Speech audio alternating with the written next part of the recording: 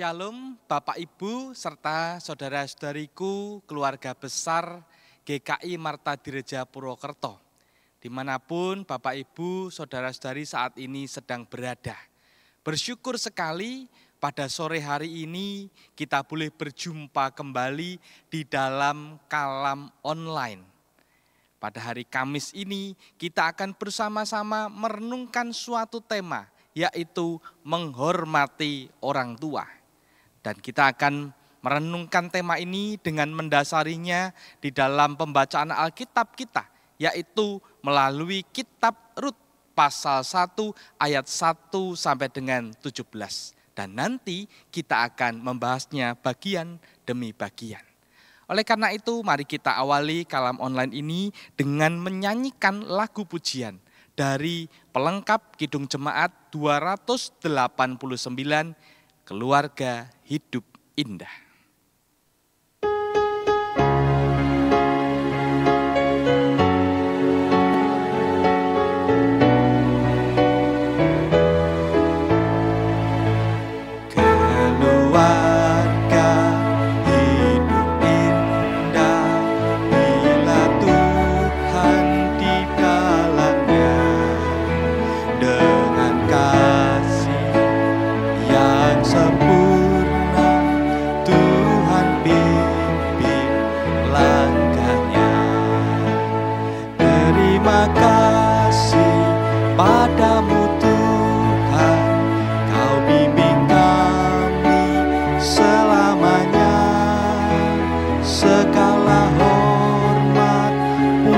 Dan syukur kami panjatkan kepadamu.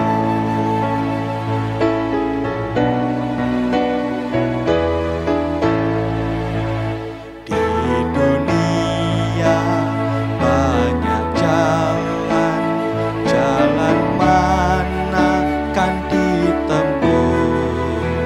Jalan lurus hanya satu, jalan Tuhan itulah. Terima kasih padamu Tuhan, Kau bimbing kami selamanya. Segala hormat, puji dan syukur kami panjatkan kepadamu.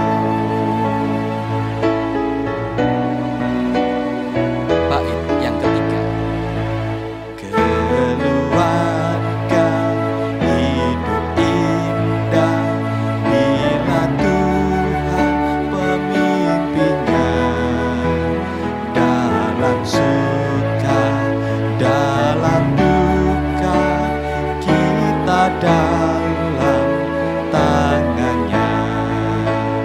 Terima kasih padamu Tuhan, Kau bimbing kami selamanya. Segala hormat, puji dan syukur kami panjatkan kepadamu. Bait yang keempat. Ya Roh Kudus, bimbing kami agar selalu bersamamu. Ajar kami, tolong kami mewujudkan kasih-Mu. Katakan bersama-sama. Terima kasih padamu Tuhan, Kau bimbing kami selamanya. Segala hormat, puji dan syukur kami panjatkan kepadamu.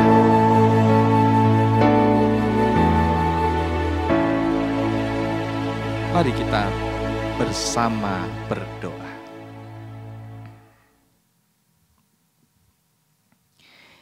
Ya Roh Kudus, sungguh kami senantiasa memohon Engkau ada bersama-sama dengan kami, di tengah keluarga kami, yang seringkali menghadapi berbagai persoalan hidup, silih berganti, dan bahkan datangnya buru-buru.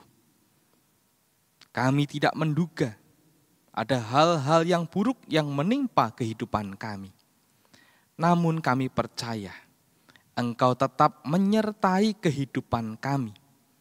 Sehingga saat ini kami mengucap syukur, berterima kasih atas cinta kasih Tuhan yang senantiasa kami rasakan.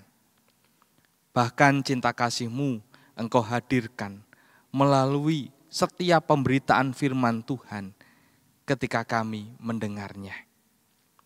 Oleh karena itu kami mohon, kuasa Roh Kudus tercurah atas kami masing-masing, para peserta kalam online, sehingga kami semua dapat mendengar dan mengerti akan kehendak Tuhan di dalam kehidupan kami.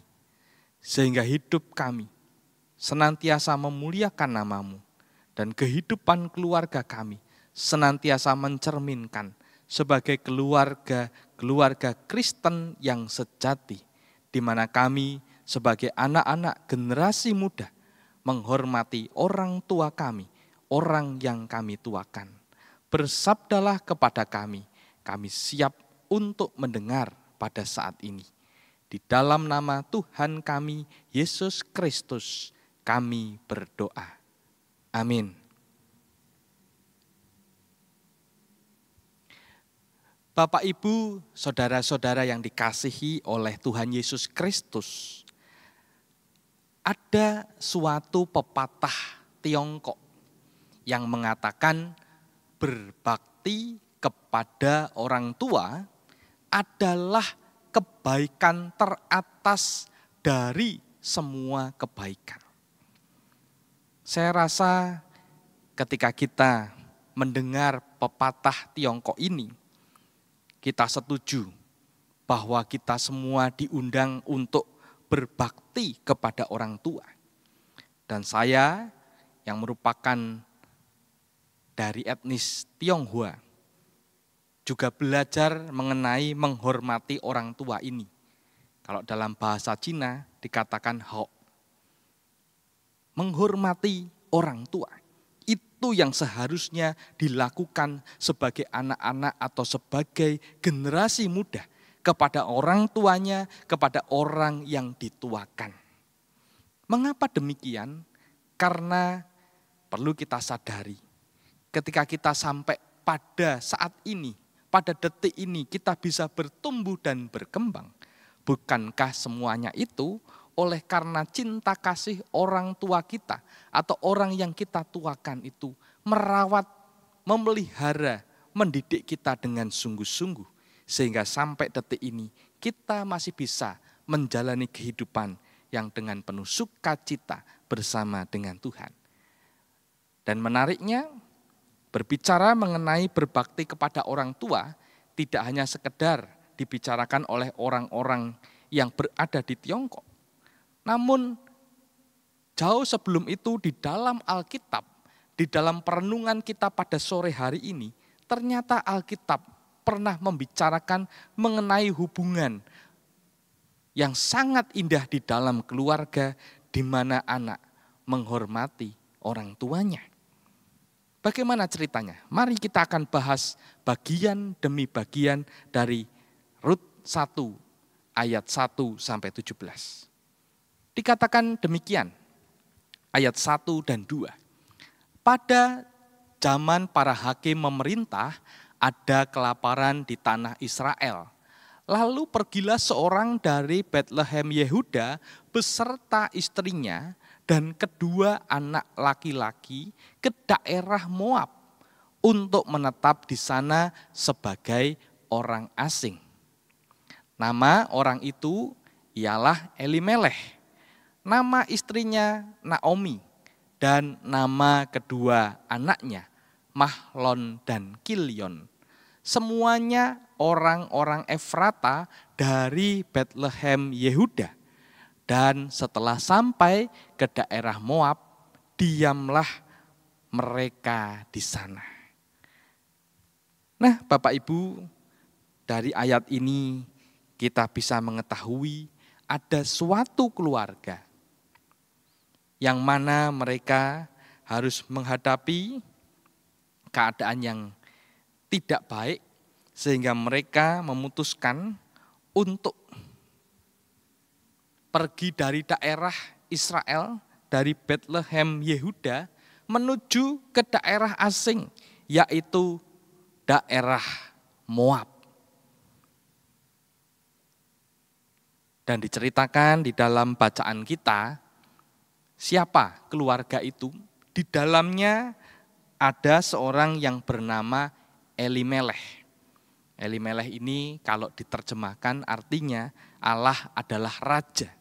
Jadi ketika diberi nama Elimeleh, harapannya ia di dalam kehidupannya selalu menempatkan Allah menjadi rajanya.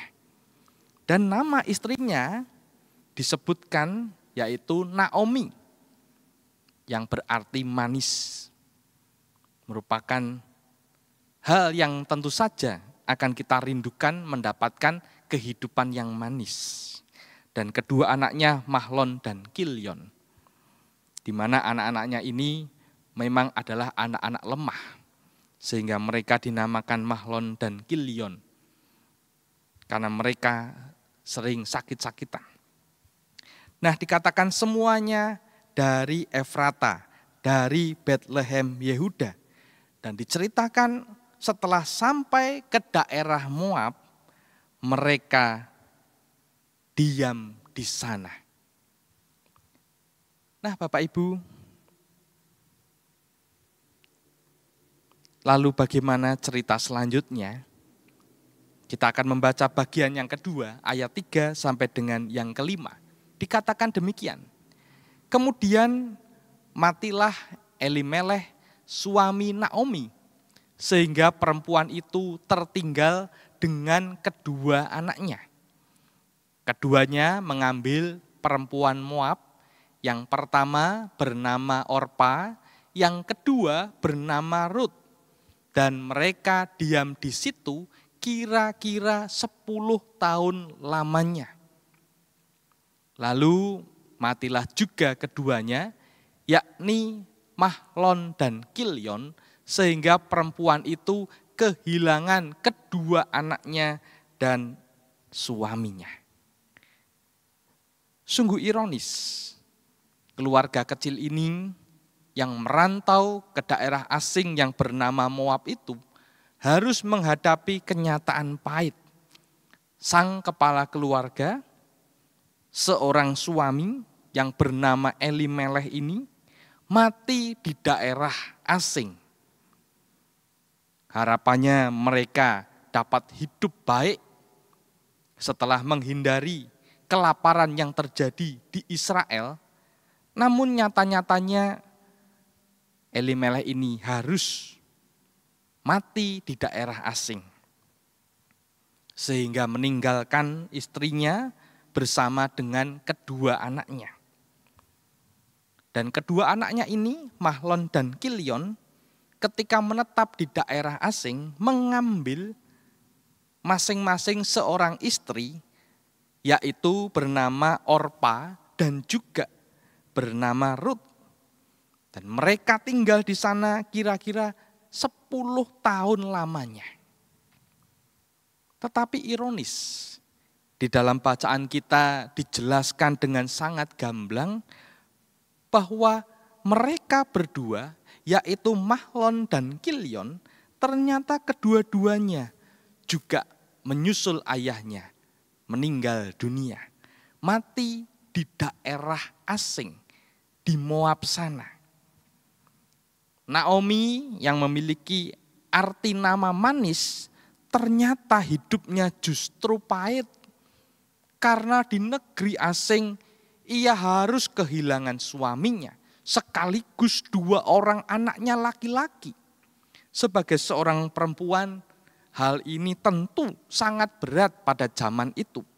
Karena tidak akan ada lagi yang melindungi dirinya ketika harus menjalani hidup di tengah dunia ini dan terkhusus di daerah Moab, daerah asing dan bukan daerah Israel. ia rentan terhadap ancaman-ancaman dari luar. Dan bahkan ketika dia harus berjuang menghidupi dirinya sendiri, dia hanyalah seorang perempuan. Jadi apa yang kemudian dipikirkan oleh Naomi ini ketika suaminya Elimelech telah mati dan kedua anak laki-lakinya juga mati. Dan sementara yang ada pada Naomi ini adalah 2 orang menantunya. Dan mereka juga sama-sama berstatus sebagai janda muda. Lalu diceritakan di dalam Rut 1 ayat yang ke-6. Dikatakan demikian. Kemudian berkemaslah ia dengan kedua menantunya dan ia pulang dari daerah Moab, sebab di daerah Moab ia mendengar bahwa Tuhan telah memperhatikan umatnya dan memberikan makanan kepada mereka. Menarik sekali. Justru ketika Naomi ini sudah kehilangan suami dan kedua orang anaknya, saat ini ia mendengar bahwa Tuhan telah memperhatikan umatnya dan memberikan makanan kepada mereka. Mereka tinggal 10 tahun. Dan seandainya Elimelech yang sesuai dengan namanya mengimani bahwa Allah adalah raja dan dia tidak pindah dari Israel, meninggalkan tanah perjanjian itu ke daerah asing yang bernama Moab dengan segala kekayaan yang dimilikinya, dengan tanggungan keluarga kecil istri dan 2 orang anaknya. Mungkin mereka masih bisa bertahan sampai detik ini. Tetapi rupa-rupanya ia justru meninggalkan tanah perjanjian yang diberikan oleh Tuhan dan meninggalkan saudara-saudara sebangsanya di dalam kelaparan, dan ia memilih untuk mengungsi, untuk menyelamatkan dirinya sendiri dan anggota keluarganya. Tetapi sekarang ini justru Tuhan telah memperhatikan umatnya dan memberikan makanan kepada mereka. Sehingga Naomi bergumul dan berpikir, saatnya aku pulang ke negeriku. Ia teringat tanah perjanjian yang sudah diberikan oleh Tuhan. Sehingga ia memutuskan untuk kembali ke Bethlehem Yehuda. Kemudian dikatakan ia berkemas dengan kedua menantunya. Mereka mempersiapkan segala sesuatunya sehingga mereka kemudian dapat melanjutkan perjalanannya, yaitu dari Moab dan kembali ke Bethlehem Yehuda. Lalu di bagian selanjutnya diceritakan dari ayat 7 sampai dengan ayat yang ke-13. Demikian. Maka berangkatlah ia dari tempat tinggalnya itu bersama-sama dengan 2 menantunya. Ketika mereka sedang di jalan untuk pulang ke tanah Yehuda, berkatalah Naomi kepada kedua menantunya itu, pergilah, pulanglah masing-masing ke rumah ibunya. Tuhan kiranya menunjukkan kasih-Nya kepadamu, seperti yang kamu tunjukkan kepada orang-orang yang telah mati itu dan kepadaku. Kiranya atas karunia Tuhan, kamu mendapat tempat perlindungan masing-masing di rumah suaminya. Lalu diciumnyalah mereka, tetapi mereka menangis dengan suara keras dan berkata kepadanya, tidak, kami ikut dengan engkau pulang kepada bangsamu. Tetapi Naomi berkata, pulanglah anak-anakku, mengapakah kamu turut dengan aku? Bukankah tidak akan ada lagi anak laki-laki yang kulahirkan untuk dijadikan suamimu nanti? Pulanglah anak-anakku, pergilah, sebab sudah terlalu tua aku untuk bersuami. Seandainya pikirku ada harapan bagiku, dan sekalipun malam ini aku bersuami, Bahkan sekalipun aku masih melahirkan anak laki-laki, masakan kamu menanti sampai mereka dewasa? Masakan karena itu kamu harus menahan diri dan tidak bersuami? Janganlah kiranya demikian anak-anakku, bukankah jauh lebih pahit yang aku alami daripada kamu? Sebab tangan Tuhan teracung terhadap aku. Nah, Bapak Ibu Saudara, diceritakan bahwa mereka bertiga berangkat dari tempat tinggalnya itu. Mereka pulang ke tanah Yehuda. Namun di tengah-tengah jalan, menariknya Naomi ini berkata kepada kedua orang menantunya itu. Naomi menyuruh mereka berdua, janda muda ini, untuk pulang ke rumahnya masing-masing, ke rumah ibunya. Karena Naomi berpikir, ia saat ini dalam keadaan yang sulit, tidak ada laki-laki yang bisa melindungi kehidupan Naomi dan kedua menantunya. Sehingga alangkah lebih baik kalau kedua anak menantunya ini pulang ke rumahnya masing-masing. Mereka masih punya kesempatan untuk dilindungi oleh anggota keluarganya. Dan bahkan mendapatkan jaminan kehidupan untuk mereka berdua. Dan bahkan mereka karena masih muda sangat mungkin dapat melanjutkan hidup dengan memiliki suami lagi masing-masing di dalam hidup mereka. Sehingga Naomi membujuk mereka untuk pulang ke rumahnya masing-masing. Namun rupa-rupanya keduanya justru tidak ingin meninggalkan Naomi sendirian. Seorang ibu mertua yang baik hati, yang bahkan memikirkan anak menantunya dan bukan memikirkan dirinya sendiri. Sehingga ketika mereka dicium, seakan-akan tidak akan ada perjumpaan lagi di kemudian hari, mereka menangis dengan suara keras. Sebagai suatu luapan emosional yang sangat luar biasa. Bahwa mereka merasakan kesedihan dan kepedihan yang tidak tertahankan di dalam hati. Yang tidak mampu mereka ucapkan sehingga mereka hanya bisa menampakkannya dengan menangis, dengan suara yang keras. Dan mereka berdua mengatakan, tidak, kami ikut dengan engkau pulang kepada bangsamu. Naomi tidak menyerah begitu saja. Naomi menjelaskan dengan sangat logis. Menjelaskan kepada mereka bahwa ia sudah tidak ada lagi anak laki-laki untuk diberikan kepada mereka sebagai suami mereka masing-masing.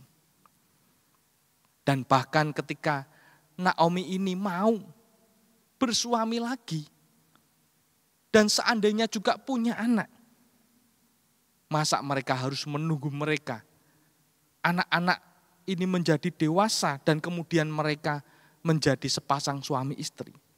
Naomi tidak ingin kehidupan semacam itu yang membuat menderita menantunya itu terjadi di dalam hidup mereka.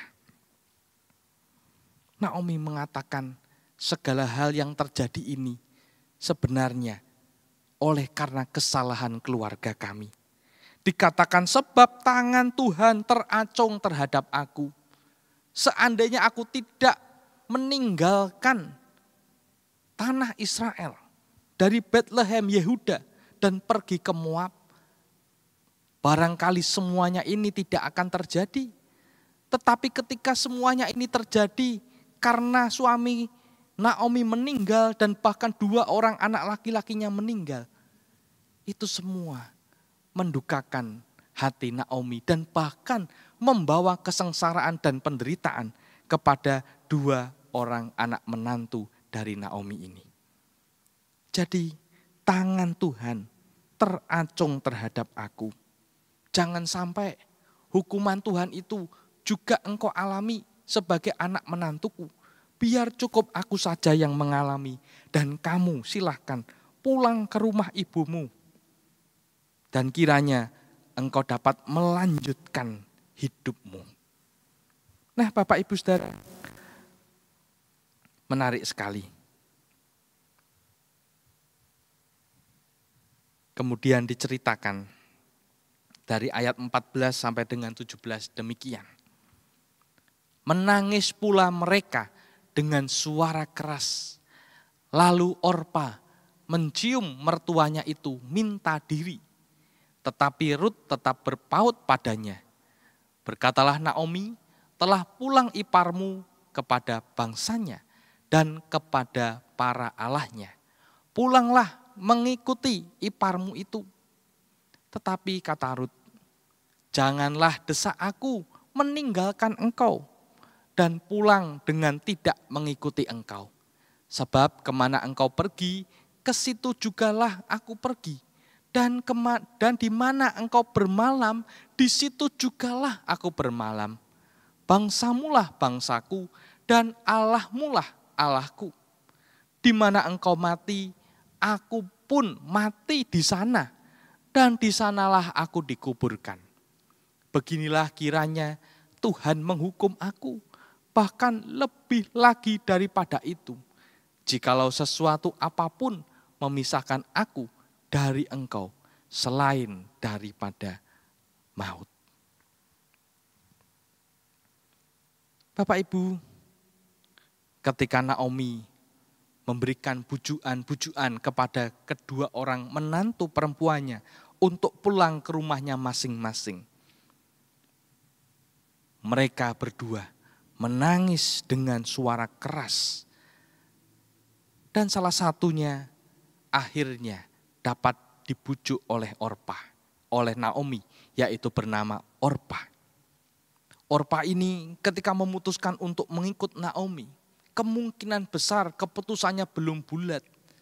Ia mungkin secara emosional hanya ingin mengikuti Naomi, tetapi ia tidak mantap dengan betul. Sehingga ketika Naomi ini memberikan masukan kepada anak menantunya, sehingga Orpa ini goyah. Ia dikatakan mencium mertuanya itu, minta diri.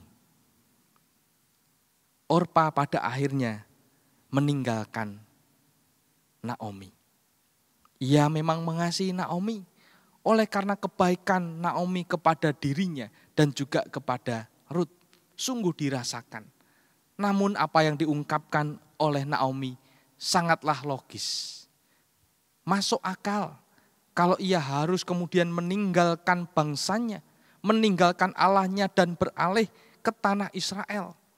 Mungkin tidak ada jaminan kehidupan yang lebih baik di sana. Dan mungkin itu yang dipikirkan oleh Orpa sehingga meninggalkan Naomi. Tetapi dikatakan Rut tetap berpaut padanya. Rut tetap memiliki pendirian untuk hidup bersama dengan Naomi, mertuanya. Dan sekali lagi Naomi mengatakan, telah pulang iparmu kepada bangsanya dan kepada Allahnya. Pulanglah mengikuti iparmu itu. Dengan kalimat ini Naomi ingin menegaskan, masih ada kesempatan buatmu.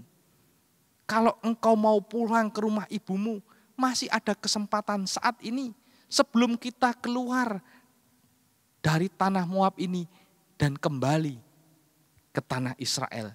Mengikuti bangsaku dan Allahku. Tetapi Rut tetap mantap pada pendiriannya. Tentu kita tahu bagaimana cinta kasih Naomi kepada kedua menantunya itu, sehingga Rut dapat merasakan ketulusan kasih Naomi di dalam kehidupannya. Sehingga melalui itu semua, ia tetap mantap berpaut kepada Naomi, ibu mertuanya. Walaupun Naomi saat ini sudah dalam keadaan yang tidak punya apa-apa. Bahkan anak laki-laki pun juga tidak ada apa-apanya. Dan tidak ada jaminan keselamatan ketika mereka berpindah dari Moab ke tanah Israel.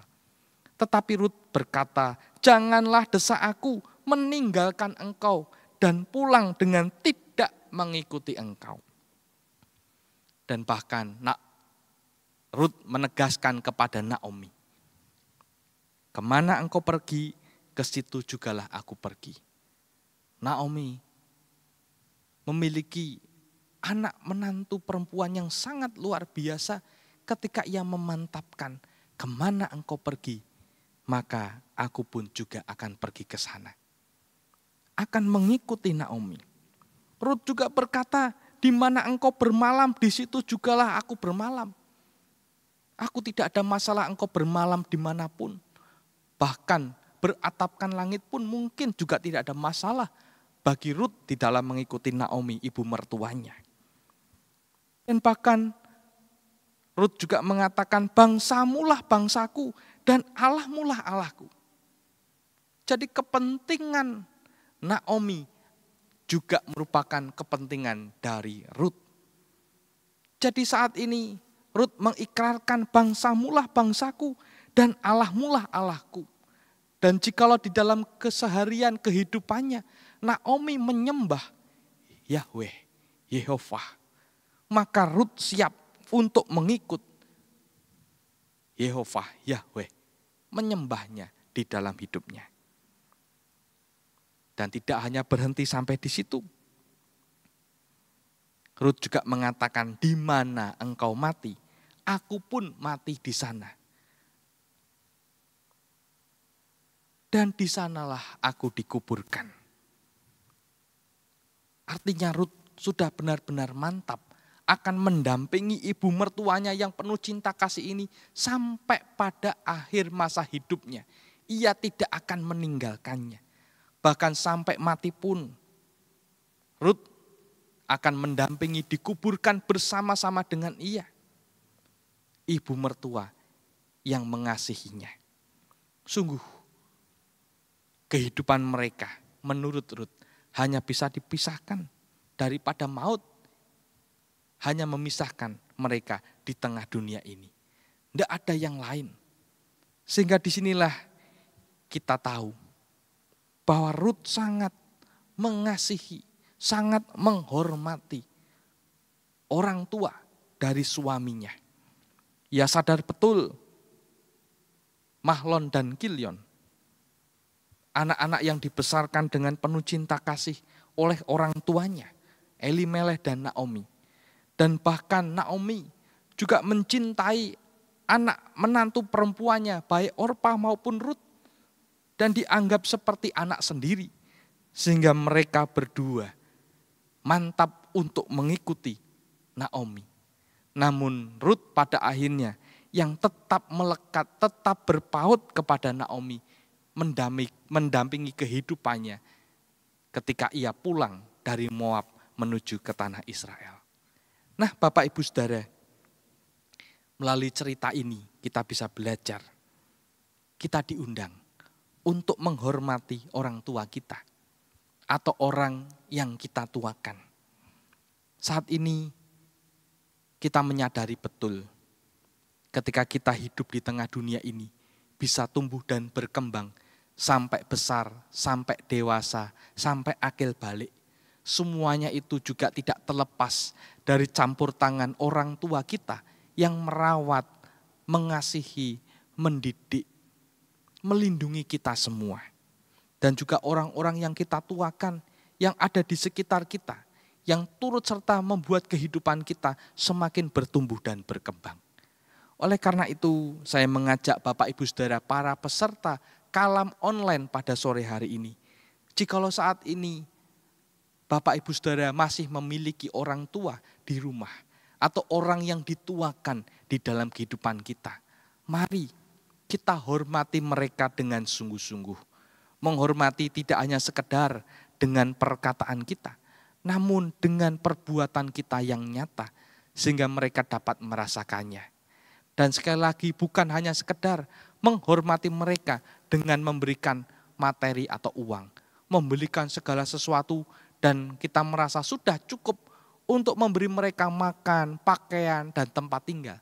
namun kita tidak pernah memenuhi kebutuhan akan perasaan mereka di saat mereka kesepian, yaitu dengan kehadiran kita di dalam hidup mereka. Mereka tidak hanya sekedar membutuhkan makan, minum, sandang, dan juga papan, yaitu tempat tinggal. Mereka membutuhkan terkait dengan perasaan mereka yang saat ini mungkin merasakan kesepian.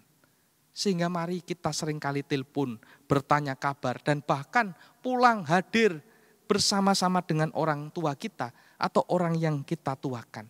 Sehingga merasakan ada cinta kasih dari anak-anak mereka yang telah mereka asuh, mereka rawat, mereka pelihara sampai tumbuh besar sekarang ini. Dan saya percaya ketika Bapak, Ibu, Saudara-saudari semua mau melakukannya, maka Roh Kudus, Roh Penghibur, Roh Penolong itu akan memampukan kita semua untuk melakukannya di dalam kehidupan kita hari lepas hari. Amin. Tuhan memberkati kita semua. Mari kita bersama berdoa. Bapa di sorga, terima kasih untuk perenungan kami di dalam kalam online pada sore hari ini. Kami diajar melalui cerita dari Rut, seorang anak menantu yang begitu mengasihi ibu mertuanya.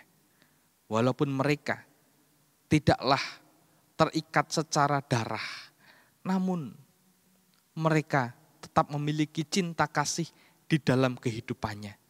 Oleh karena Tuhan lebih dahulu mengasihi umatnya, maka kasih itu ada di dalam diri setiap orang. Sehingga mereka mampu mewujud nyatakan kasih itu di tengah hidup keluarga. Dan pada waktu itu, Rut mau tetap berpaut pada ibu mertuanya yang bernama Naomi. Mendampingi ketika pulang ke tanah Israel, ke Bethlehem Yehuda, dan bahkan berikrar mendampinginya sampai akhir hayatnya. Ini adalah sebuah bentuk penghormatan yang luar biasa dari seorang anak menantu dalam hal ini, yaitu Rut. Ajar kami Tuhan untuk mampu dapat melakukannya di dalam hidup kami sehari-hari. Kami sebagai anak atau anak-anak, sebagai generasi muda, mau dengan sungguh-sungguh menghormati orang tua kami semua atau orang yang kami tuakan. Sehingga kehidupan kami sungguh-sungguh dapat berbagi kasih satu dengan yang lain. Dengan jalan demikian, kami percaya hidup keluarga kami akan indah karena ada Tuhan di dalamnya. Dan saat ini kami berdoa untuk seluruh peserta kalam online pada sore hari ini. Diberkati Tuhan di dalam kehidupannya, baik dalam keluarga, pekerjaan, di tengah masyarakat, dan di tengah berbangsa dan bernegara. Sehingga kami semua dapat menjadi anak-anak Tuhan yang tidak hanya sekedar menghormati Tuhan, namun kami mau menghormati orang tua dan orang-orang yang kami tuakan. Dengarlah doa kami dan berkatilah kami ya Tuhan. Kami berdoa di dalam nama Tuhan kami, Yesus Kristus. Amin. Sekian kalam online pada sore hari ini. Kiranya apa yang telah kita renungkan di dalam kalam online ini dapat terus membuat iman kita semakin bertumbuh di dalam Kristus Yesus. Khususnya sore hari ini, mulai detik ini, kita menghormati orang tua kita atau orang yang kita tuakan di dalam hidup kita hari lepas hari. Tuhan memberkati kita semua. Amin.